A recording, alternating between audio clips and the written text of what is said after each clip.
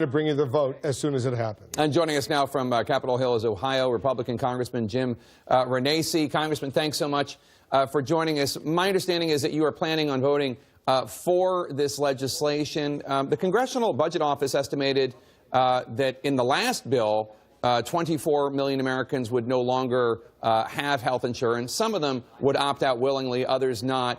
There has not been a Congressional Budget Office study or score of this latest bill.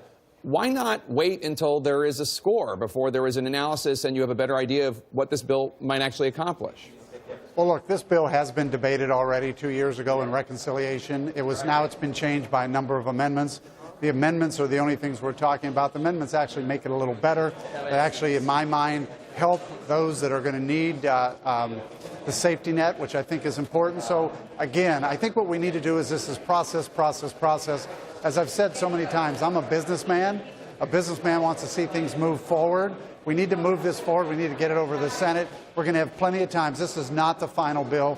This is the best we have today. Let's move it forward. Let's continue to work on it. Let's make it better. In the end, we're going to have a very good bill.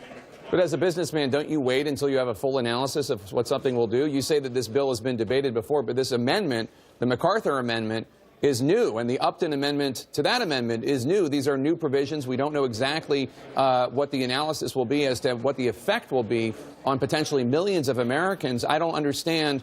So help me understand, please, the rush to do this today. I know what the is if we do nothing. And again, I always compare this to this airplane can't continue to fly. The Affordable Care Act is a problem. I've got people back home that have coverage but can't afford coverage. They have coverage but can't afford deductibles. They are complaining. They're telling me this isn't working, and we have to make a change. We have to fix the problem. And I think this is the beginning of the starting point of making a difference in changing this. Again, I've been here now for 6 years. We've talked about repeal, repair, repeal, replace.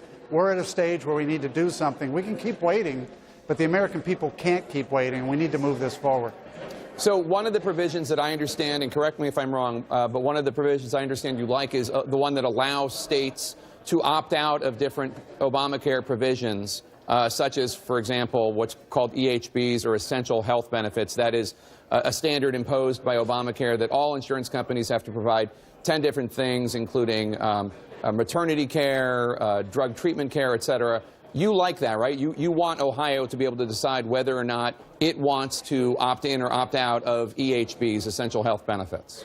Well, the one thing I know is the one-size-fits-all mentality in Washington doesn't work. Remember, this is a waiver. This is an opportunity for states to ask for a waiver. But when they ask for a waiver, they have to meet a whole bunch of requirements, and they have to make sure there's a safety net or the pool available. So, again, do I like getting the government closer to the people? Absolutely. I believe as close as you get to people, the better the product is, and that's why I believe it's great to allow governors to have that ability to waiver. Remember, that doesn't mean they're going to take the waiver, and they still have to go through a long process of getting the waiver, and they have to meet certain requirements. So do I like it? Yes. I like any time we give some flexibility for governors to have an opportunity to make a difference for the people they serve and they're closest to. Do you want Ohio to seek a waiver so that insurance companies in your state are no longer required to provide essential health benefits? Well, what I want to do is make sure that the government, look, we can't continue under this basis either. I'm on the Budget Committee. I can tell you the budget numbers don't look very bright for the future. The best way of doing this is get it back into the state hands. Do I think? And when it goes to Ohio's hands, do you want Ohio to opt out of the EHB requirement? Well, what I would do is I would meet with the insurance industry, make sure where we're at with this. I believe that as a governor, I'm going to make sure that the safety net is taken care of, that we're going to make sure that pre-existing conditions are still taken care of. That doesn't mean when you opt out you eliminate some of this stuff, but at the same time, I want to bring costs down, and I want to work toward getting costs down. Well, I'm in a pretty interesting position because I'm also running for governor. Right, as well. No, I know, and that's why I'm surprised why you haven't said whether or not you think Ohio should opt out of the EHBs, because you are actually running to be one of the governors you're talking about. It seems like you want this option. You think states should be able to do this. So what would you do as governor? Well, I think what I would do is look, again, I'm not governor today. I have to look at those options and those positions. I want to make sure that people are covered. I want to make sure that there's opportunity. As governor, I'm going to do that. And I'm going to look and decide whether it's best a waiver. I'm concerned that the waiver, the way to get a waiver is very difficult. I don't know if Ohio will even be able to qualify to get it done. but I would look at it. And again, more that I can take back in Ohio and the more I can get away from the federal government, the more I'm going to want to do. The closer, again, we can get government to the people, the better off we're going to be. Do you want Ohio to opt out of the requirement that all individuals in Ohio with pre-existing conditions have to be allowed to get insurance, that insurance companies cannot discriminate against them, or do you want them to be able to opt out of that? Well, see, that's not the waiver is not that. The waiver is an opportunity for states to look at costs and to better take care of the citizens of their state. If a governor decides to do that, that does not mean people lose their pre-existing condition.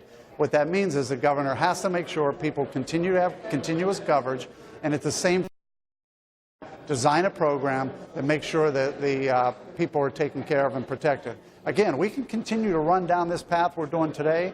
The federal government cannot continue to spend the money it's spending. States are going to have to do this anyway. In the long run, I think we need to take a look at the options. And as governor, that's exactly what I would do.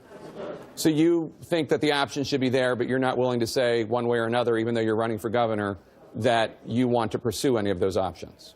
Well, no, as a governor, I would want to take as much back to the state as I can. So I'm telling you that as a governor, I would want to pursue what's in the best interest of the people of the state of Ohio.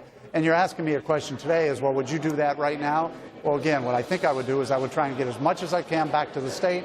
I would look at the options to make sure we're taking care of people back in Ohio and that people aren't losing coverage and pre-existing conditions are still being met. If I can do that inside the waiver program, which I believe I can do, and still make sure I have a better product, you bet I'm going to do it. All right, Congressman Jim Renacci, thank you so much. Appreciate your time, sir. Thank you.